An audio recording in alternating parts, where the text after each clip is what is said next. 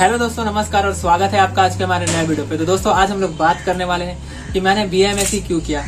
वैसे तो BDS, बाहर से MBBS और BHMS इतने सारे ऑप्शंस थे, चाहते तो अपन वो कर सकते थे, पर क्यों नहीं किया आप लोगों को जानना बहुत ज्यादा जरूरी है। तो आज की इस वीडियो में इस पूरे जो कॉन्सेप्ट है इसको क्लियर करेंगे कि BAMSC क्यों। तो सबसे पहले बात करते हैं कि बाहर से, एग्जाम्पल के लिए रसिया से या फिर चाइना से MBBS क्यों नहीं किया। बाहर जाने पे आप आराम से 20 से 25 लाख में वहां से MBBS कंप्लीट करके आ सकते हो, बट उस डिग्री का कोई वैल्यू नहीं है, रद्दी के बराबर वो डिग्री रहता है।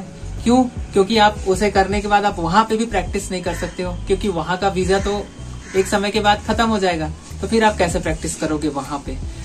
दूसरा बात यह है कि MCI का जो टेस्ट होता है हर साल केवल 20% लोग ही पास कर पाते हैं जो इंडिया से बाहर जाते हैं MBBS करने के लिए।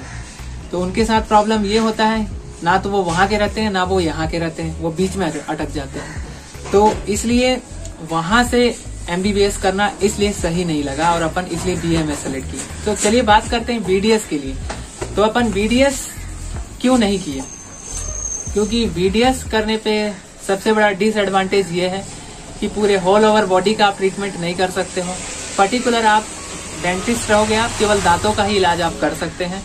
और जब कोविड था लास्ट टाइम, तो कोविड के टाइम पे भी BAMS और BHMS के डॉक्टर्स का ही रिक्वायरमेंट था और गवर्नमेंट भी उनको ही कोविड के टाइम पे मेडिकल ऑफिसर का जो पोस्ट था और उनको ही दे रही थी।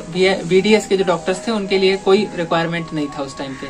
तो उनका जो वैकेंसी होता है BDS डॉक्टर्स का, वो वैकेंसी भी बहुत ज्यादा कम निकलता है। बट BDS MBBS के बाद BDS ही आता है, बट फिर भी BAMS BDS से ज्यादा अच्छा है। वो इसीलिए क्योंकि BDS करके आने के बाद आपको क्लिनिक, अगर आप खुद का सेटअप डालते हो तो आपको पूरा भारी भरकम सेटअप करना पड़ेगा। और एकदम से कोर्स करके आने के बाद इतना तो आपके पास इनकम रहता नहीं है, बजट होता नहीं है कि आप उतना बड़ा पूरा इक्विपमेंट्स का और इंस्ट्रूमेंट का पूरा सेटअप डाल सको। BDS इसलिए नहीं किए क्योंकि आप उसमें केवल डेंटिस्ट रह जाते हो, जनरल फिजिशियन आप नहीं बन सकते। यही एक बहुत बड़ा रीजन था।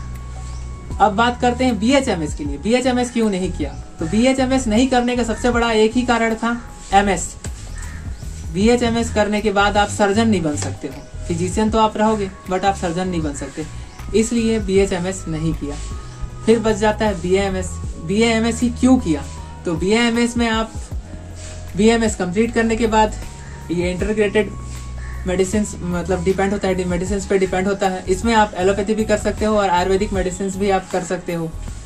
और आप अगर इमरजेंसी कोर्स कर लेते हैं तो आप आराम से किसी प्राइवेट हॉस्पिटल में भी अपना जॉब कर सकते हो अच्छे एक सैलरी पे स्केल पे।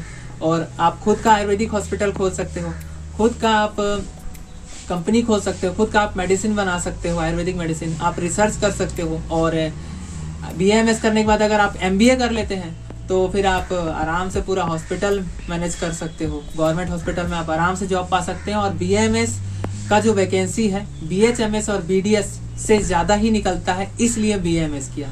तो आप आराम से गवर्नमेंट आयुर्वेदिक मेडिकल ऑफिसर बन सकते हो। तो यही सब रीजन था। और BAMS करने के बाद एक सबसे बड़ा एडवांटेज ये है कि आप इमरजेंसी में एलोपैथी मेडिसिन दे सकते हो, आयुर्वेदिक आपके पास है ही, और आप सर्जन भी बन सकते हो। तो आप ऑर्थोपेडिक सर्जन बन सकते हो, आप जनरल सर्जरी और ENT भी।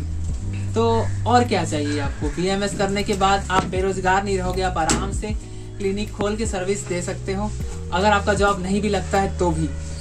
तो आज की वीडियो को बनाने का मेन मकसद यही था कि आपके जो डाउट्स हैं उसको क्लियर किया जाए और मैंने BAMS क्यों किया वो आपको बताया जाए कि आप भी इन सभी बातों से मतलब जागरूक रहो और जानकारी आपके पास रहे कि आपको क्या करना है। तो आज के वीडियो को यहीं पे एंड करते हैं। आपके ऐसे कोई भी डाउट्स हो तो आप इंस्टाग्राम में पूछ सकते हैं। चैनल को ऐसे ही सपोर्ट करते रहिए, लाइक कीजिए, सब्सक्राइब कीजिए और मिलते हैं नेक्स्ट वीडियो पे। Thank you.